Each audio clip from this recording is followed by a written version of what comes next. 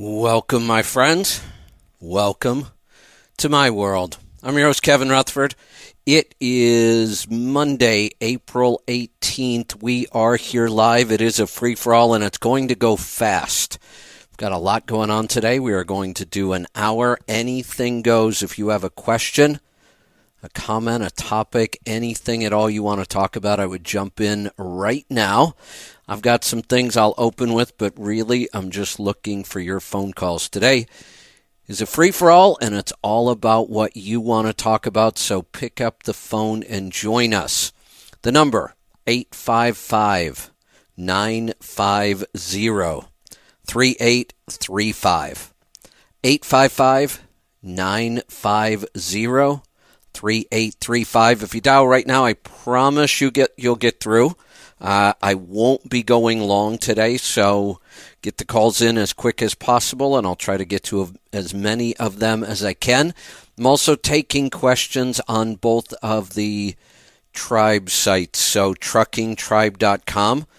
There's a post right up at the top. You can put questions in there. I'll try to get to them. And also on healthytribe.com as well. You can post your questions there. I've got some things. I do have a couple questions that already came in this morning we'll talk about. Let's see. Where do I want to start today? Let's talk about taxes a little bit.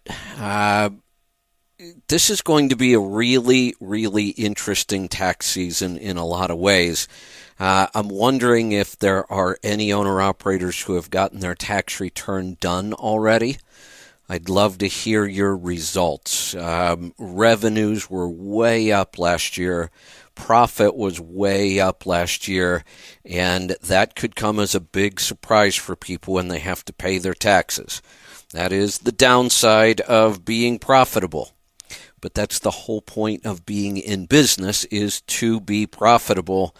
The more profitable you are, the more tax you're going to pay. That's just how it works. Now, one of the worst case scenarios, and I think we're going to see a lot of this year. So we are filing the 2021 tax return, which was a great year. 2020, other than the, in the middle when we shut things down, but even for truck drivers, that really didn't slow things down much. I'm worried about people who bought trucks probably in 2018 when rates got so strong, or maybe they got into the industry in 2019, 2020, 2021. Those are going to be tough years for people. One, it's always a shock in your first year when you've got to pay all of that self-employment tax and you're not used to it. That's a problem. And people who have never paid their own tax are unaware of how much tax they could potentially be paying. Let me just give you an example. We know that it was not that unusual this year in 2021 for owner-operators to net $100,000. Matt did over $200,000. That's net profit. So first off, if you have that much in profit, that's bottom line Schedule C. Now, that's after per diem, that's after depreciation if you have any, that's after everything we can write off the business. If you still had $100,000 in tax, you're going to be paying almost $16,000 just in self-employment tax. That one's easy to calculate because it's the same for everybody. It's basically 15.65%, I think, of your profit. Comes right off the top. You can't, doesn't matter if you have 37 kids and 10 rental properties and all kinds of other crazy stuff. You could have had a loss on all of your investments. You could have given away $20,000 to charity. None of that matters. None of that affects your self-employment tax.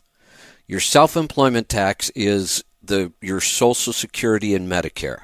When you're an employee, you pay half, and your employer pays half, and your half gets taken out of your check just like your income taxes, so you don't even realize you're paying it. Not so when you become self-employed. When you become self-employed, now you have to pay both halves. So again, 15.65% right off the top, which would mean Matt would have paid potentially $30-some thousand, except there is a cap on Social Security. I haven't looked at it in a couple of years because we almost never exceed it. My guess is, if I had to guess without looking, it's probably somewhere between $100,000 and $200,000 in profit that they cut off the Social Security part of it, but the Medicare part keeps going. So if you made more than roughly $115,000, then the calculation gets a little more complicated. You have to drop the Social Security part out of there. You keep paying the Medicare part forever. Now, that does not include your income tax. So I just roughly, as an average, try to figure another 15%, because if you are in the profit range of $100,000, well, you're first going to pay tax at 10%. Then when you exceed that, you go to maybe 12, then 15. You could end up into the high 30s technically. But for the most part, by the time we calculate in children and mortgages and real estate tax and charitable contributions and other things you're allowed to deduct on the personal side, most owner-operators that hit that 100,000 mark are probably going to pay an effective tax of about 15%, which means now on your $100,000 of profit, the government's going to get $30,000 of it. And if you haven't been paying quarterlies, that's cash you've got to come up with. Or you go on a payment plan and they start hitting you with interest and penalties, and that can really start to add up quick as well. Again, worst case scenario is somebody that bought their truck in 2018 or 2019. If let's say you bought it in 2018, you got a half a year of depreciation then. 2019, you'd get a full year of depreciation. 2020, you'd get a full year of depreciation. And in 2018, you'd get a half a year. Probably not a whole lot of depreciation. Now, if you bought your truck in 2018, 18, 19, 20, 21, this is your last year. If you happen to buy it in 2017, you're just out completely. And a lot of new owner-operators don't realize that the reason their tax was so low in the first year or two is because their tax preparer took a lot of depreciation up front. In the first year you buy a truck, you get to choose how much depreciation you want to take, and many tax preparers will take as much tax as they need to take to get your tax return down to zero. Now, some of them try to explain this, and many of them don't. They just don't even bother to try to explain it because it's hard for a lot of people to understand. Our tax code is complicated. Most people don't understand it. And you've got a lot going on right then, and all you really care about is how low is my tax bill or how much do I owe? And if your tax preparer says, oh, well, you don't owe anything, you think he's a superhero, but you may not realize that the only reason you didn't pay anything is because you had such big depreciation. Per diem helps, but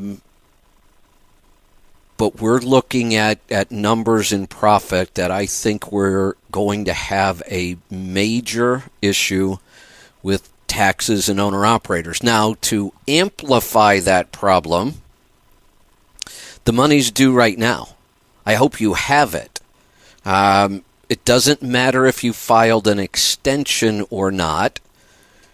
The extension is only an extension of time to pay your tax, or to file your tax. I'm sorry, it is not an extension of time to pay your tax. The taxes due in full on April, I guess this year, April 18th today. I'm not sure why we extended it when it was on a Friday, but maybe it was because it was a holiday on a Friday. So today is the day. All the taxes due. If you file an extension, you should come up with a reasonably good estimate of how much you owe and send a check in with the extension. Any tax that is still due as of midnight tonight starts collecting interest and penalties. There are late payment penalties and interest. And we are looking at a triple whammy if you can't pay your taxes this year. Here's what it is. You owe a bunch of tax. Interest rates are going up. Mortgages are almost at 6% already. That happened fast. And the interest rate the IRS charges is tied to the Fed rate. And the Fed rate's going up. That means if you don't have the money to pay your tax, you're going to be paying interest and penalties, and the interest is going to keep going up for the foreseeable future. I would expect that we will not see low interest rates again for maybe 3 or 4 years. It's really hard to say, but there's no doubt they're on their way up. And the Fed has signaled that they were going to raise rates, God, what did I see once? 11 times over the next couple of years. They've got to get inflation under control, which means they really need to get the Fed interest rate above the inflation rate. So, do a little math. The inflation rate is at 8.5%. It will probably go up when we get the numbers out for, did we get the numbers for March? I think we did. So April looks like it's going to get even worse, which means the Feds are going to have to keep raising that interest rate. So you may want to consider, if you owe a big tax and you don't have the money, instead of a payment plan with the IRS, you may want to look around and see if you can raise the money some other way with a better, more stable interest rate. Like if you could lock in a home equity line of credit to pay that tax, that would be a good idea. If you can borrow on your signature, a personal or a business loan, something where you could at least lock in the interest rate while you're paying this. And also, I will tell you, you need to pay this tax as aggressively as you possibly can. You may have to sell stuff, you may have to give stuff up, but if you get caught with a big tax bill right now, with rates dropping, fuel prices going up, the economy tanking, it's not going to be a good time. This is going to be a tough enough time to get through already without worrying about taxes. All right, not seeing any calls. Where is everybody this morning? I can do the whole show by myself if I need to. I've got plenty to talk about, but I'd rather find out what's on your mind. So if you want to jump in, it is a free-for-all. Anything goes. You can join us right now by picking up the phone and dialing 855-950-3835. 855-950-3835. So if you did not get your tax return completed and you filed an extension, what you really need to do now is get that tax return finished so you know what you owe and you can get started paying on it. We have a great way of doing it. Won't cost you anything, and it will help you get your numbers together quickly and easily. And I'm going to tell you how to do it. So if you don't have your numbers together, you just have a bunch of receipts, invoices, settlement sheets, however you get paid, if that's all that you've got, then the easiest, quickest way to do this is to sign up for a free account at Profit Gauges, which you can find at letstruck.com. It's a trial. It's a 30-day trial, but you have full access to all the features of the program. Now, I would not put things in 1 month at a time at this point. Unless you've just got time and you really want to see how your business did last year and each month, you could. It takes probably take you a good solid day to get an entire year into the system. You could probably do it in a weekend, and if you took your time, or you can just add up all of your receipts, all of your income, whether it's from settlements or invoices, and make one entry in December if you want in the program. And then you'll get your totals for the year. You'll get a tax report, which is a simple one-page tax report. Very simple, designed just like the Schedule C on the tax return. Every accountant that's ever seen it loves it. And it even explains the two issues right on your tax report. We explain the two issues that usually mess up most tax preparers when they do owner-operators. And those two issues are depreciation and per diem. We explain them both very clearly on your tax report. So even if you get a tax preparer who just doesn't understand the trucking industry at all, they should at least look at that report and go, oh, wait a minute, I didn't know that. And they hopefully either go research it or they ask somebody and find out how to handle depreciation and per diem correctly. Here are the problems. Per diem has two distinctly different per diem systems.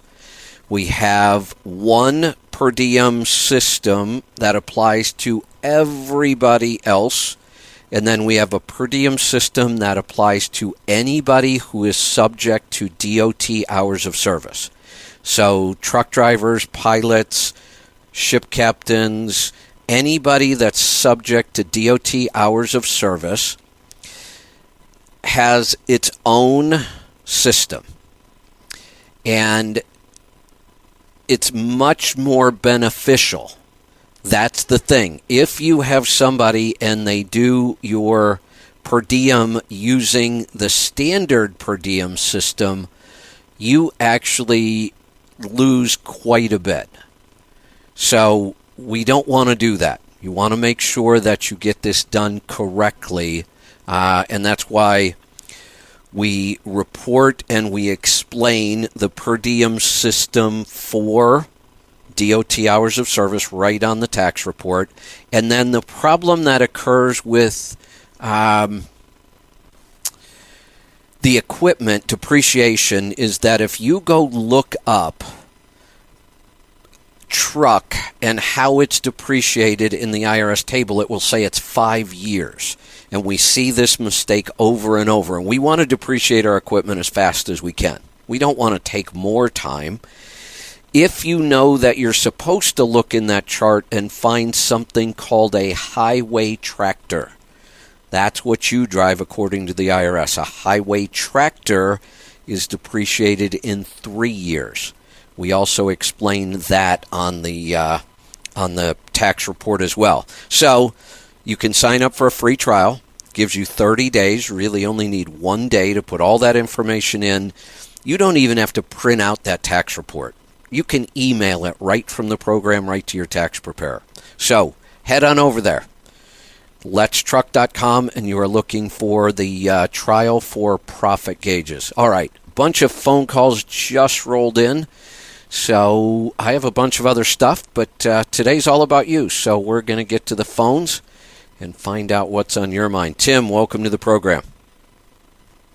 All right, good morning, Kevin. I sent an oil sample in, and I was wondering if you could take a look at it and see if you thought anything about it. All right, let's see. Would this be Freightgenics? Yes. Okay, let me see. I've got it here. So we are looking at, it says it's a Volvo, doesn't tell me what engine's in it. D13. It's a D13. What year? 2013. Okay. Looks like we've got 854,000 miles on the engine and 22,000 on the oil. Does that sound right? That's right. Okay. So, all of that stuff, are you looking at the report? Yes. Okay. So on the top line, under the multi-source metals and the additive metals, you have three things flagged in green: moly, magnesium, and phosphorus. You can just ignore those completely. I wish they would just take this section off the report. Okay. In all the years I've been doing oil sample analysis, I never, ever use this section. All it's telling us, all of those things you see up there, boron, lithium, manganese, moly, titanium, those are all part of the additive package. But I've seen those things all over the board. I mean, we've tested 1 new gallon of oil from one place, 1 gallon from another place, exact same brand, same everything, and those numbers come out way different. Mm-hmm. And they just don't matter. Like, you know, you're showing moly in your oil. Some oils don't even have moly. They don't use that as an additive package. Same with titanium. You have 0, but there are oils on the market that actually put titanium in their additive package. So we can ignore those. Your fuel dilution, which has been consistent, is still way too low for us to even worry about. You're at 2.7. We don't recommend doing anything with injectors until that number gets over 4. And I doubt that you have any kind of an issue at all. It's just that the lab test that OPS uses now is really, really sensitive to fuel dilution. Do you have a straight 1540 in this? Yes, straight 1540. And I use I don't use the catalyst, but I use the diesel clean. I don't know if that makes any difference. It shouldn't. Now, there is one little anomaly here that makes me wonder. If we go back to that first sample that's on here, the June 2021, were you using a 1540 oil back then? Yes. Okay. So something is odd, and I've been seeing a lot of this lately. I think I'm actually gonna make a note and call the lab and see if something as weird is going on. We keep finding trucks where the viscosity drops on the oil, and there doesn't seem to be any reason for it. Like your viscosity back on that one was 11.3. Now that's a number we would only expect to see with a 30 weight full synthetic. So, is it possible that somebody put an oil in your engine that you didn't know about? Is it possible somebody put a 30 weight in it? Sure. Okay. Yeah, that's absolutely possible. Yeah. Okay. That may have happened again. Your viscosity. I don't stand there and stare at them when they're putting oil in. Yeah, exactly. And even if you do, sometimes with the guns, you can't tell what they're doing or where the oil's coming from. And if they're not paying attention and they forget to change. So you had that 11.3. There was no fuel dilution, so that wouldn't have explained it. Your next two samples were exactly where we expected them, 13.5, 13.9. Now you've dropped back down to 12.8 again. It could be a little bit of fuel dilution. We may actually have a little bit of fuel dilution in there, but nothing that we would change this oil. This oil is fine. If you changed it, fine. But if it's still in there, just leave it in there. Yeah. How long would I keep the oil in from this point, would you think? Until the sample tells us that we don't want it in our engine anymore. Oh, right. You're right. When would I test it again then? When would be a 25,000 marker for testing? You can just go the 25. Normal 25,000 like we talk about with these. This is actually a really, really good sample. I mean, there's nothing other than that little bit of viscosity drop, but your base holds up really well. There's no oxidation. Your wear metals are nice and low. Your silicon's low. It's just a really good sample. Okay, good. Well, that's good to know. Yeah, okay. All right, well, I'll do it again in another 25,000, and I'll see what happens. go from there. Perfect. Sounds good. Give me a call back, and we'll take a look at the next one. Let's go to Wyoming. Joe, welcome to the program. Thanks, Kevin. I appreciate it, buddy. What's on your mind today? I've got a kind of torn on some things. I'm trying to figure out the best solution. I'm a company driver, and I was looking into possibly going owner-op, but it's not looking good to go owner-op right now. That may be the understatement of the year. I can tell you, in 35 years, I've been through many cycles of the economy and trucking and rates and fuel prices. You know, I've paid 70 some cents a gallon for fuel. Now we're paying $5.70 a gallon sometimes for fuel. Yeah. Rates are dropping like a rock. I don't know that I've ever seen rates drop this fast. Now, they were clearly at record highs, but not any longer. I mean, and based on everything I'm seeing in the economy, I'm not confident that we're going to turn this around. Much of the reason for all of our economic problems right now came from all of the government spending. They're not slowing down at all. Our fuel prices are because they stopped pumping oil here, and they're not going to start. That if you saw over the weekend the news that the government's going to open up leases, that's bullshit. They are opening up a tiny amount of leases. It's not going to change anything. Just like they said they'd open up the strategic reserves, 1 million barrels a day, that did nothing. Prices came down for a day or two, and they're right back up. Until our government gets really aggressive about producing oil, which I just don't think this administration is going to do, we're going to deal with high fuel prices. It's going to crash the economy, which means rates are going to come back down. I just can't find any good news in the economy or rates or fuel prices, and I just can't imagine. And equipment prices are still through the roof.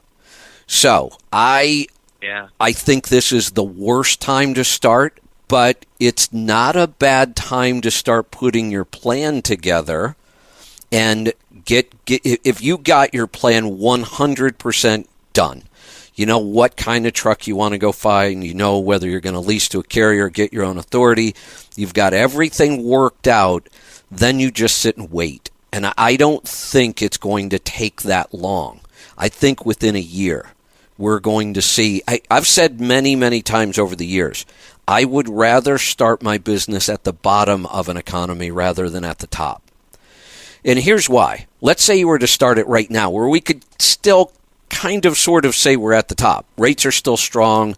But if you were to start now, how do we know if your business model would survive the bottom or not? We don't. We don't know what the bottom's going to look like yet.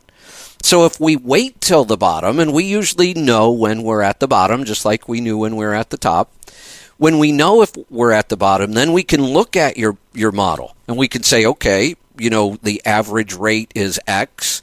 Maybe maybe we get down to that $1.80, $1.90 a mile freight again. That could happen.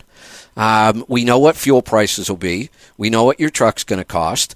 And we could look at it and say, you know what, you're not going to get rich owning a truck right now, but the model works. The numbers work. So let's get into business at the bottom, knowing that we can survive. Then it's all uphill from there. It's all good news from there on. How long we'll stay at the bottom, nobody knows. It's too early to predict that. But I would have to say, unless you inherit a truck from somebody or you just find some really good deal on a truck. There's a couple out there on older trucks I've seen. But otherwise, I would just think this is a horrible time to make that move. That's what I was thinking also, but I'm like, I was torn on it because, you know, you always want to go up. Yeah, well, let's go back to the idea of, you know, when people jumped into the market in the last couple years, nobody did it right. I was watching them. They just kept seeing these high rates over and over and over on social media, and they thought, oh, I'm going to buy a truck. So they just run out, they buy a truck. They don't plan anything. They don't think it through. They don't run any numbers. Those guys are going to be out of business in the next 6 months. But starting now, if you just say, I'm going to be an owner-operator, it's my next move, let me start working on it. Take my course online, start reading every business book you can get your hands on, listen to them while you're driving, my book will walk you through writing out your whole business plan, getting all your numbers together. So really, I think that your timing is actually good. Because you're not going to be in any big hurry right now. What's the hurry? Truck prices are high, fuel prices are high, rates are coming down. Why not take the next 6 months and just get as ready as you could possibly be? Okay. Yeah, that makes a lot of sense. I think it's a great time. I very much appreciate it. Yeah, I think it's a great time if you just take your time. There's no pressure. You've got lots of time to plan and prepare and get ready, and then you can just sit there ready to go. And hell, call me every week, and I'll tell you whether it's time to pull the trigger or not. Yes, sir. I very much appreciate it, Kevin. Thank you very much, buddy. You're welcome. Thanks for the call. There are going to be lots and lots of owner-operator opportunities. I know it. There always is when we come out of these things.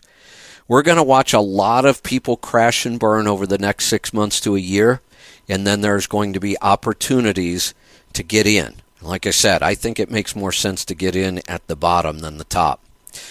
Let's go to Idaho. RJ, welcome to the program. Very good morning. I had a tax question. Hearing you talk here just a little bit ago about it.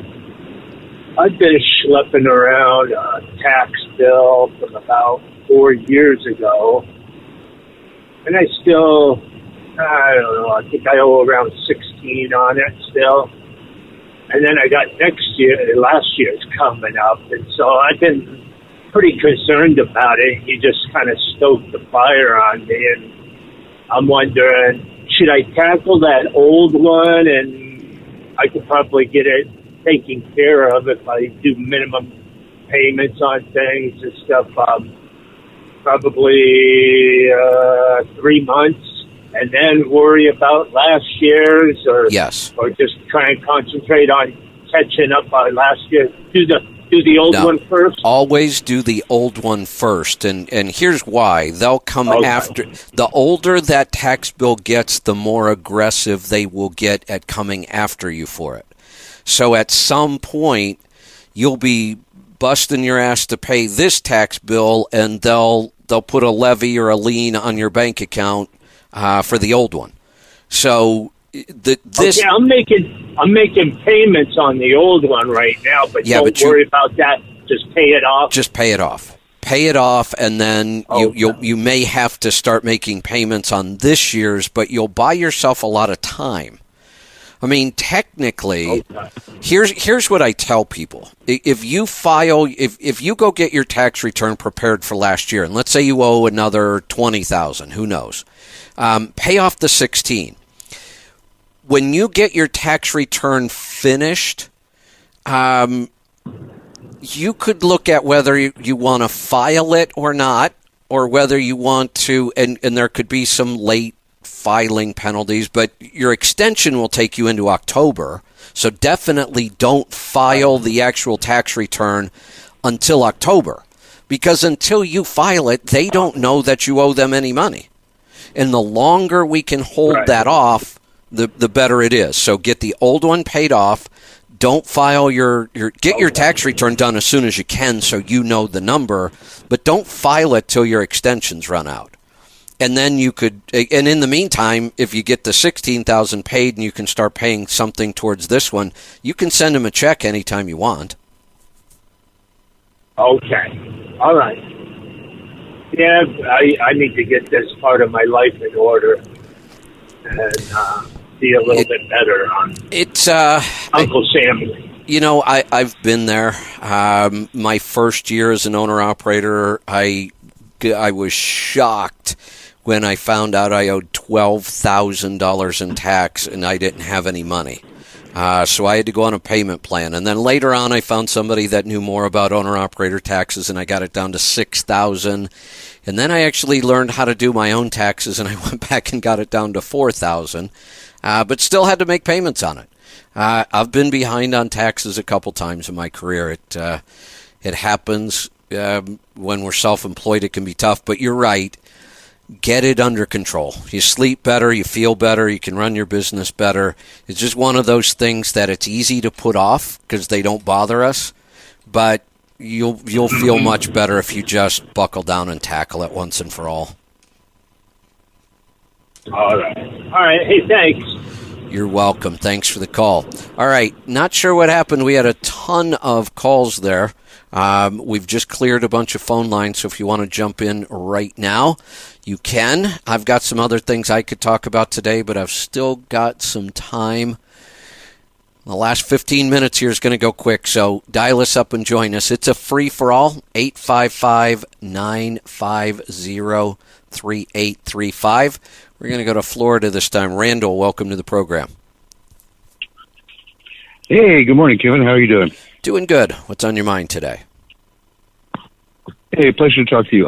I've been driving for a mega carrier for about a year, and I'm thinking about buying the truck I'm driving if they'll allow me. I have a simple question. Would it be beneficial to have deep cycle batteries instead of regular batteries on the truck? The reason I ask is because we have a 3,000 watt inverter in the truck, and about 15 minutes into its operation, it just beeps and goes off.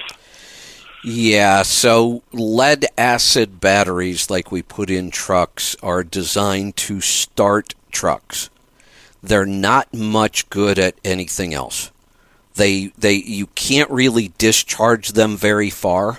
If you discharge a lead acid battery more than halfway down, you're going to have a problem. And that's what's happening today in these trucks. These trucks have so many hotel loads that we're constantly discharging these lead acid batteries, and most people are finding they're only lasting a year. So if you go to deep cycle, you want to make sure you still have a reasonably good cold cranking amp. Most deep cycle batteries you can get, 1,000 cold cranking amps, which is usually enough. But you can discharge those down to about 20% of their capacity. So meaning you can use 80% of the capacity, and they'll recharge over and over and over just fine. So I'm almost wondering why the industry hasn't switched to deep cycle batteries from the factory. They really need to. Yeah, I agree.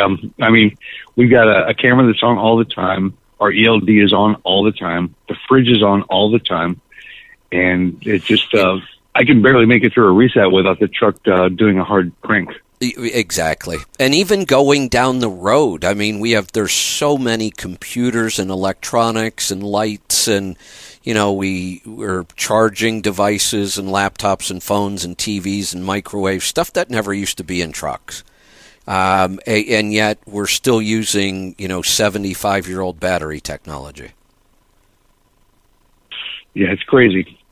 It is. So you will be much happier with a good deep cycle battery. All right. Well, when I get to the point in about 6 months or so where I'm ready to buy the truck I'm driving, which I like, it's a pre-COVID truck. I'm going to make sure I get the deep cycles put in. I appreciate it. Thanks, Kevin. You're welcome. And that's an awesome way to buy a truck, to get a 6-month test drive on it. I love that.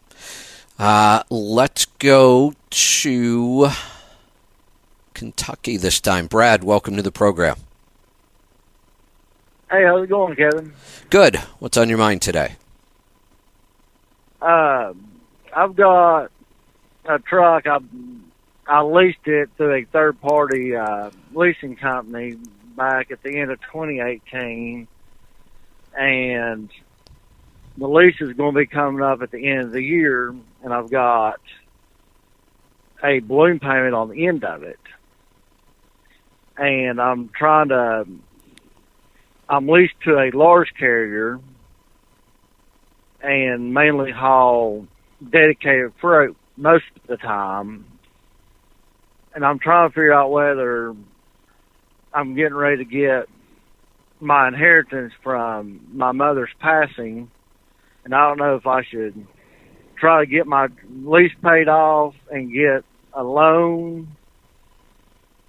for the balloon payment as quickly as possible, or ride the 40-something weeks out until the lease is up and then just pay the truck off completely and have no balloon payment.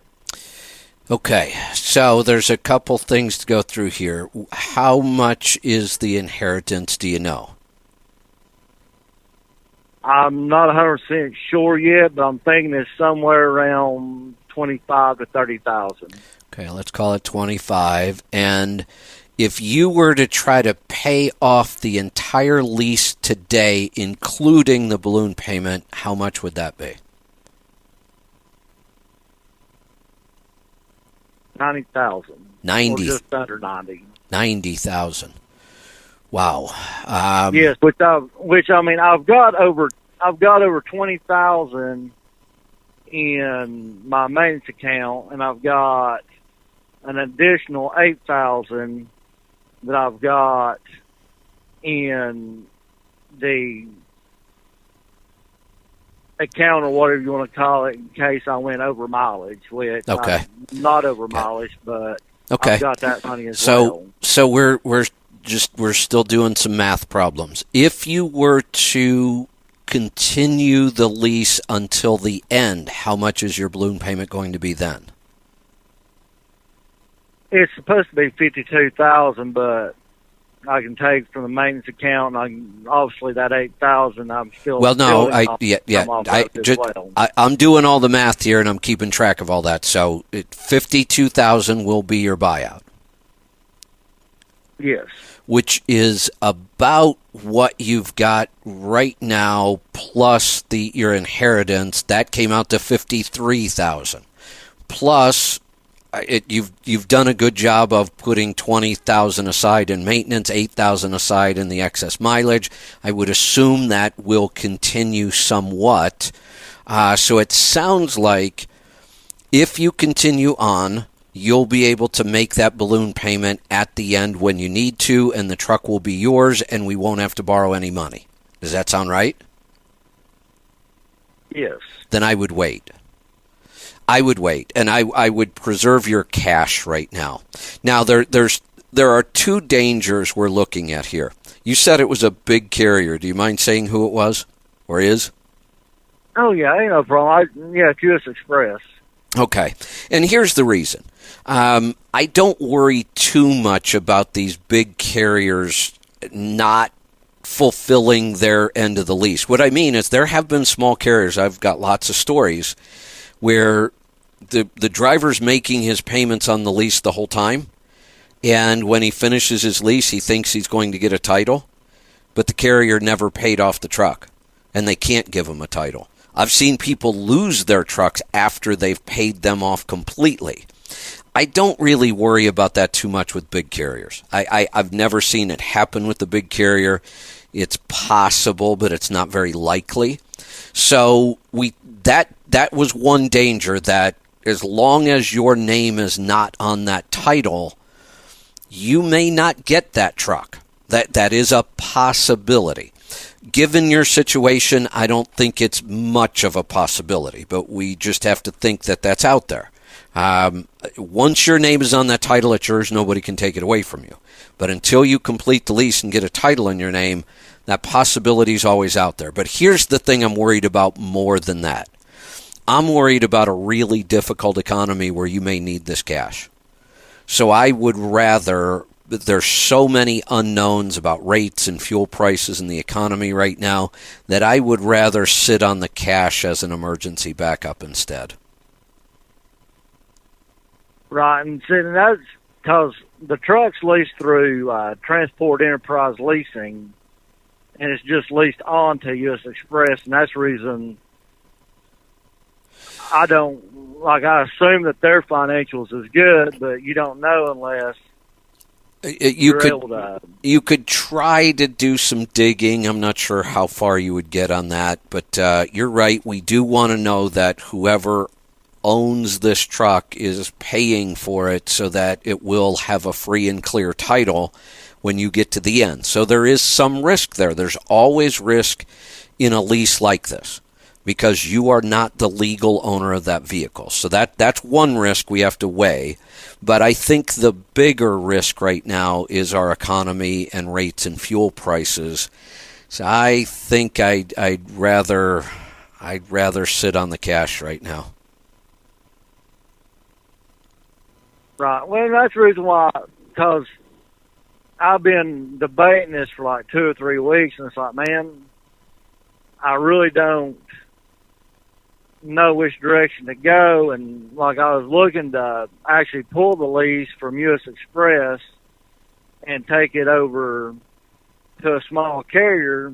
I know the owner, and we're really good friends, and I could get a better percentage of the line haul. But it's like, man, these rates are getting ready to tank, and at least I know right now we got contracted freight, so those contracts ain't going to change. Right. Even through the bad economy. Yeah, it's and I'm just going to speak generally now, because this isn't always true across the board, but most big carriers became big carriers for a reason. They usually know how to manage their way through these kinds of problems. U.S. Express has been through multiple downturns in the economy. They've been through low rates and high fuel prices. I expect they'll manage it just like they have in the past, and they'll still be around, and they've probably got good relationships with a good shipper base where they're not going to get totally hammered on their rates. Small carriers now are definitely more risky to be with. That they may not know how to manage their way through a cycle like this. Right, which, I mean, I know him personally, he does. He's got 40 plus years, and he had to go through it in 08. But and I mean, I've got his expertise to say, yeah, you gotta watch this and that. But, and I mean, he even told me, he goes, man, because these rates gets really bad, I'd have to change my percentage and give you more just to make it, because right. It won't do me no good to make money off of it if you're going out of business. But I still think it'd be better to wait until we get to the bottom. I think he's giving you good advice. I would agree with that. And I've been saying for a while now, pay down debt, save cash. If you can do both. If you can't do both, I've actually said just save cash. Let your payments keep going. Don't try to pay stuff off. Saving cash, so I should probably say it's save cash and pay down debt if you can. You're doing that already. I would just kind of hold the course. I've said many times, this is not a good time to be making big decisions. Oh, I agree with you, and I think this downturn is going to be worse than any downturn we've seen in the history of trucking, because there's a lot of owner-operators who's gotten into the business that has never had to go through a downturn with an e-log book, and so they can no longer run illegal to make up the difference to try to make the money they need to survive. Yeah, the pattern has been, if I look back through all the downturns I've been in trucking, everyone's gotten worse. And the last one was the worst we've been through so far, but it looks like this one will top that. So, again, I think you're on the right track. You've done a good job of saving cash. I think I would just hold the course right now and not do anything drastic. Let's go to Arizona. Stephen, welcome to the program.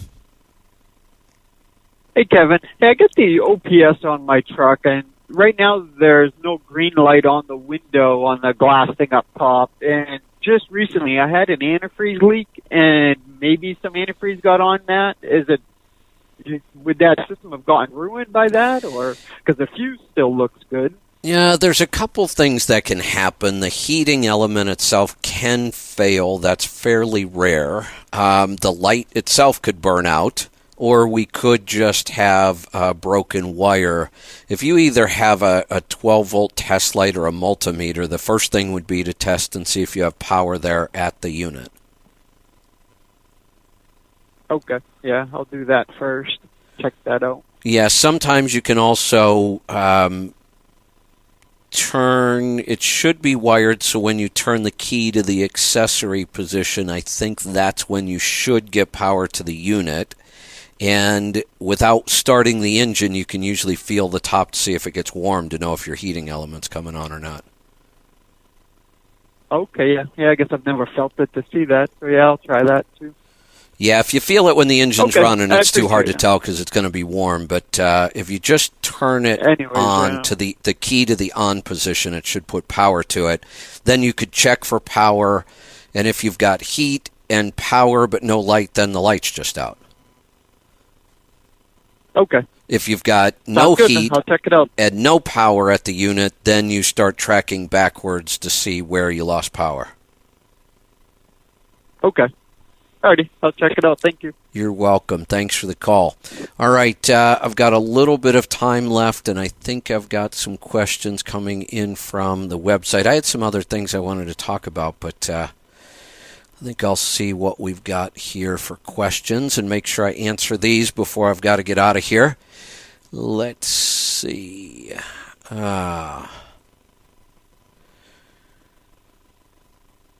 From Karen, if you are receiving Social Security retirement, does per diem pay count as income earned?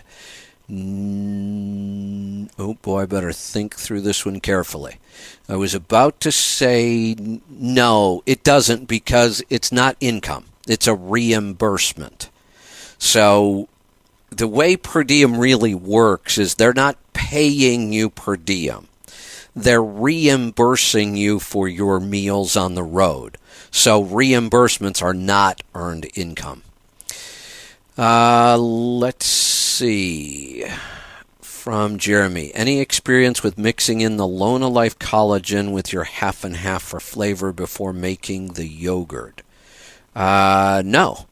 I don't think I've thought about putting collagen in the yogurt. I don't like thickeners and that kind of stuff in my yogurt, so I wouldn't try that, but I don't see why you couldn't. And then Jeremy says a large pinch of Cardio Miracle mixed into the yogurt is excellent. I'll bet it would be. I never thought about that. That's another way of getting your Cardio Miracle in for the day. Mix some in with your yogurt and eat it. I'll bet that would work good. Let's see. From John, so how is the Starlink working, and are you in Virginia this morning, and is the Starlink working for you since you've changed location? I'm not in Virginia this morning. That's another long story I may tell later this week. We'll see. I'm actually in Bruce's office again, doing my show from the studio I built Bruce here in the office. But the Starlink is working fantastic. I have moved many, many times. I used it in Ohio. I've used it in Pennsylvania. I was over in Somerset this weekend, and I used it there. I've moved many times. Now, I noticed something new on the app. When I plug in now and I go to check my app to make sure everything's working, I do see a message that says you're out of your service area, and you may see slower speeds when the network traffic gets heavy. But I've never had an issue. I mean, I can watch TV all day long. It works better than any other internet I've ever had. I did have an issue where it looked like I was chewing on the end of one of my cables, the metal end, and I couldn't get it to go back in. I had to get a new cable. But I think that was user error. I think that was probably my fault. Now I'm being much more careful with those connector ends. They're a little fragile, and they're kind of difficult to get into the satellite. You can't see it. But other than that, absolutely love it. It's been working fantastic. Even in times where there's a lot of trees and I can only find a little hole, it still actually works pretty good even if it's blocked a little bit. All right, let's see. From Sonia. Rates. Bid packages are flying these days. Winning the lanes gives you approximately 12 to 18 months of a secured rate. But how do we forecast our wants via the economy? Fuel not being an issue since most large customers have a pretty good surcharge. Sonia, this is a really, really good question. I wish I had a really, really good answer for you, but I don't. And the reason I don't is because we are looking at financial issues that I've never seen before. I've never seen inflation look like this because the last time it happened, I was a senior in high school. I don't know, and we don't know when this inflation is going to end. It doesn't look like it's going to end anytime soon. So all we need is one more month, and we'll be breaking the records from 1981. I don't know when we're going to have to go back to find inflation numbers like we're seeing right now. We have a war going on that looks like it's escalating, and that could be a big issue. We have supply chain shortages that don't seem to be going away. They seem to be getting worse. We have a southern border that is no longer a border and people flooding across. We have COVID issues and cities talking about mask mandates again. I don't know how to predict anything. So I would say that you don't try to predict where we're going, but you try to secure a rate that you know you can live with and get by on. And you're right, fuel shouldn't be too big of an issue as long as you're negotiating contracts with a reasonably good fuel surcharge. But I wouldn't even try to predict right now. I would just negotiate rates that you know are good enough with your operating expenses that you can pay the bills and keep operating. Let's see, from Darius, I have a question about donating blood. Am I thinking wrong? It's a great idea to give a pint of blood every 2 months for 16 months or so that your body generates more clean blood and you kind of clean yourself out. There's some good thinking behind that, especially for males, because males tend to build up iron. And the only way to get rid of that iron overload is to give blood.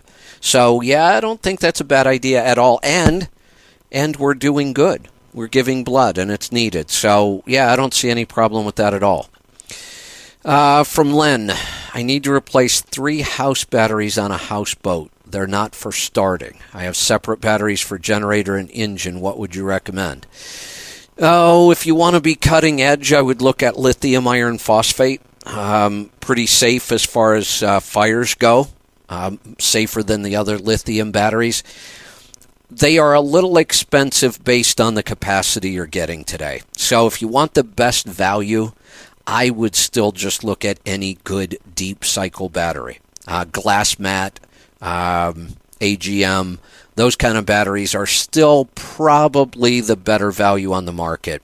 I almost decided to switch over to lithium this time because I need batteries as well.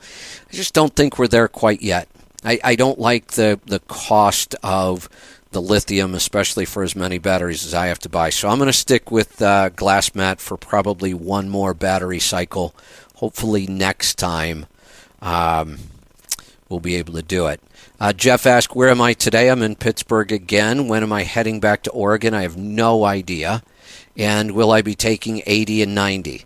Depends on the weather. I'm going to try to stay in warm weather. If I have to take the southern route, I have some people I'd like to go see along the southern route, a couple companies I'd like to go visit. But if the weather's good, I've been gone long enough, I might shoot straight home. My travel plans are still up in the air. I've got some other things working as well. All right, I'm going to wrap this up. We are all out of time today. We will see you back here tomorrow for the Power Hour. Be safe, be profitable, be fit and healthy. Always do the hard work and master the journey.